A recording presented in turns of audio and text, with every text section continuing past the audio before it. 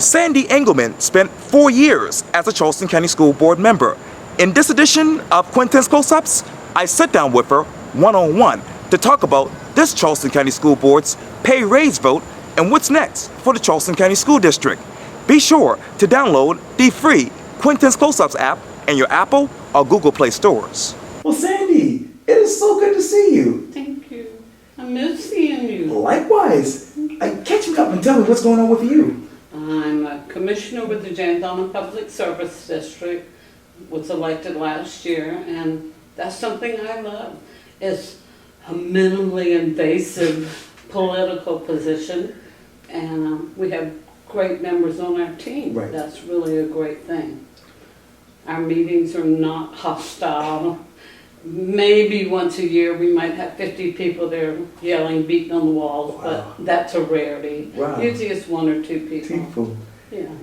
You talk about, obviously, the town of James Allen is growing like crazy, and there's been a debate about apartment moratorium recently. What is your message in your mind to the city of Charleston and Charleston County Council? I think it's time to say, okay, we're going to give you a break. You know, there's no exit anywhere. If we had a hurricane that especially came in fast, there's no way we could get off the island. And we're full. You go in Walmart, everything is 10 people deep waiting in line to check out. Right.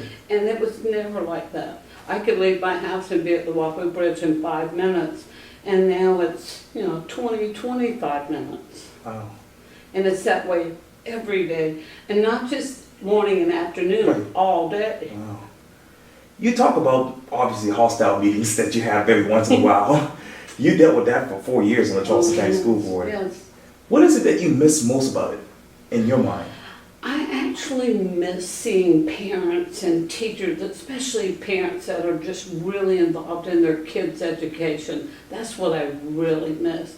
And I miss the teachers, I really do, I've made some inroads Yes. with them, and I've made some enemies with them. And I understand, I don't think I ever got my point really across that I'm here for you. I'm not here for senior management because they're going to take care of themselves. But I'm here for the teachers and I'm here for the students. I wanted the money in the classroom. Right. When I went on that board, the budget was $190 million to GOF side. It is now $500 million on the GOF side. And that's, it's ludicrous because we lost several thousand students. We're slowly building back up. Okay. But you think the people in Mount Pleasant, they've got beautiful homes and everything, and they're just getting crammed in.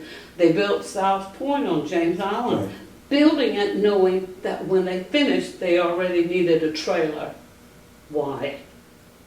There was a prototype made of James Allen Elementary that was like a giant X. And they said that way if population increased, we can go out 5th grade wing, 2nd grade wing, whatever. They never used that prototype again, but that was supposed to be the thing of the future. Right. But it wasn't beautiful. It wasn't $40 and $50 million. If I've heard my husband say one time, I've heard him say 1,000 times, you can learn under a tree if you want to. But I went to a 2-room country elementary school. Right. The best memories of my life. Right. When I first ever went there, I thought I'd gone to the Twilight Zone because I had gone to Brentwood Elementary. Right. And then I walk in the classroom and there's 3rd, 4th, and 5th grade in one classroom. I'm thinking, you people have lost your mind. Wow. But it was wonderful memories. Wonderful. Right. Let me stay at 75 Calhoun Street. Obviously, the debate right now, my phone is malfunctioning, so I can't get to the questions. But let's talk about it. The $14,000 raise that the Charleston County School Board voted itself to give to themselves. A lot of people are saying, hey, this is illegal. Some people are saying the board deserves this. Which side are you on? I'm going to go with the illegal. You know when you went on there what the pay was. It's no grandeur. Do I think they deserve a pay? Yes. Go through the whole legal process. That was one thing I really liked Wendell Gilliard saying. Right. He stood up for him, but said there's a process. You come to the delegation. When I was on there and I left in 2006, we kind of hinted around about this, and it was said, okay, you want this, you come to the delegation. Now that's a little archaic, because I think they need to pull that out of their policy, and I think they should be able to govern themselves. But 14,000 a year, no, not in a million lifetimes. And apparently this money will be coming from the reserve system. That's the thing. When you say you can put 13 teachers in place with the money that you're going to pay your board members, put the teachers in place. That's what we need. We need smaller class size. But $14,000 is absurd. I think if you're going to go out and say, go to the delegation and say, we'd like to start at 5,000, and every year get a COLA comparable to what the federal government gives. You know, sometimes you might not get a COLA. But I think, you know, to start out at 14 is just like saying, I think I deserve this. Well, guess what? You've done nothing yet to prove to me that you deserve this. Scores aren't up. You know, graduation rates aren't up. They can tell you they're not. They are. They're not. But that's what I want to see, results before I pay a board that. And I will add one thing about this. I see this on my own commission. I do not like anyone to abstain. On a building contract or something, if there's a conflict of interest, but don't abstain on a vote, because those people voted you there to vote for them. When you abstain, you just basically said, I'm going to hide behind this. Because normally that abstention supports it, but they won't say it out in front. And that's the only thing I do not like, someone to abstain with their vote. But 14,000 a year is absurd. I want to get back to Wendell Gaillard in just a moment. But I asked Chris Collins this last Sunday when I interviewed him next door. And, you know, I asked him this question. What is the biggest difference between this Charleston County School Board and the previous school board that you served on? You served on with the Offer Rapid Hill and a couple other folks as well. Right. I could tell you a lot of things at John. Where can we start? I will say one thing most people do not know. Arthur Ravenel never took one dime of salary. As a matter of fact, we all went to a class in Columbia that was $100. When he got there, he pulled out his checkbook and he wrote a $100 check. Now, what I think, and Arthur was a big fan of charter schools. Right. Well, I'm seeing good results with charter schools. This one downtown's still a little shaky, but I think they're going to get on their feet. Okay. But I think the board right now it's a me board. It's all about me. And let me tell you, on the school board, you can do nothing without a majority vote. If you don't get that majority vote, you're dead in the water. You know, originally they got Chris Dobbs to come in with them, really to put it on the agenda. That's a great thing. Get one person to go with you. Okay. But, you know, when you split it down and say, okay, this group over here voted for the raise and this group over here said no. And I do think there should be a salary involved. You know, almost all boards, college boards, do you know what most of these college boards make? And, you know, I think there's a lot of, it's a constituent board, and we made $20 a meeting. I've had a meeting begin at 5 o'clock in the afternoon, and at 2 o'clock in the morning I said, time. I got to go home, I got to go to bed, because I got to get up in the morning with kids. Right. But $20 and $25 a meeting is insulting. And as you know, they also voted to give the constituent school board members a raise as well. I saw that. Well, the only thing about that, and everybody says, well, you attract more qualified candidates. And that might be a negative in their side, because somebody that might have the real educational background would say, okay, I'm willing to give up my time now for a little salary, you know, a pivot, but I'm not going to give it up for $25. As one of the former members said, look, after gas, which we got paid mileage, big deal, but you got to dry clean clothes and you have to dress professional and everything. There's a lot of, you're not making money on it. And normally you have to stop and get dinner on the way home because you missed dinner. But I do think there should be a salary, but follow the process. Go to the delegation, talk with them, but also ask the delegation when you're asking for it to take that out of their archaic rules, because they should have no say-so in it. That's what I feel. But, you know, we knew back in the early 2000s that we needed to go to the delegation, and they should have done that. And say, I found a loophole. You know, I wish I could find a loophole in my light bill each month, but I still have to pay my light bill, you know. But, you know, we've got to start putting the money in the classrooms.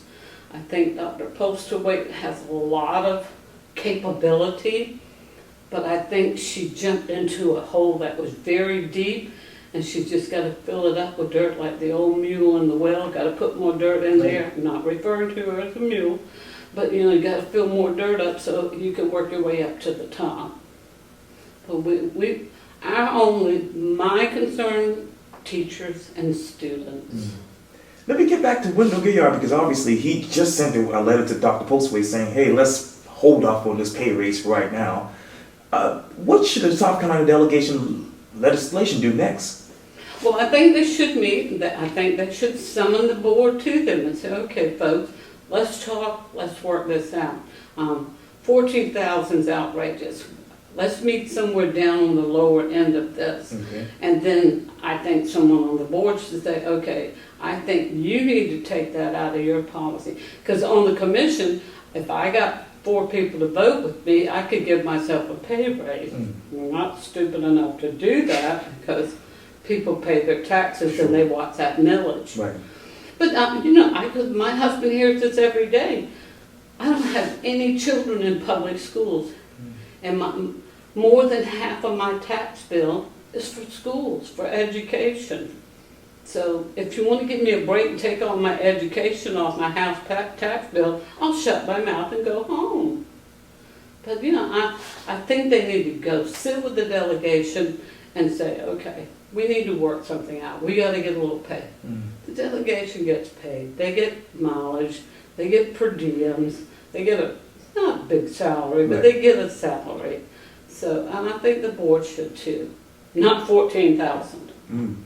Let me take you to the classrooms. You just mentioned that. Obviously, another big headline this summer was about the principal shuffle in Charleston County Schools. Some high-profile principals have been shuffled around to different schools. One even resigned. What is the future of Charleston County Schools in your mind? If we're going to keep that process up, we're on a downward spiral. A principal goes into school and they have to learn the whole platform of it. They have to learn students and teachers and personalities and everything. And I believe if you get into that school, you stay in that school. You know when it's time to go because parents will start rebelling against you. But shuffling principals around, that's, you know, rearranging the chairs on the deck of the Titanic. It's not going to help. You talked about Dr. Postlethwaite earlier and how she basically had to jump in and fix a lot of things. Right. If you were to sit down with her one-on-one, what would be your first question to her?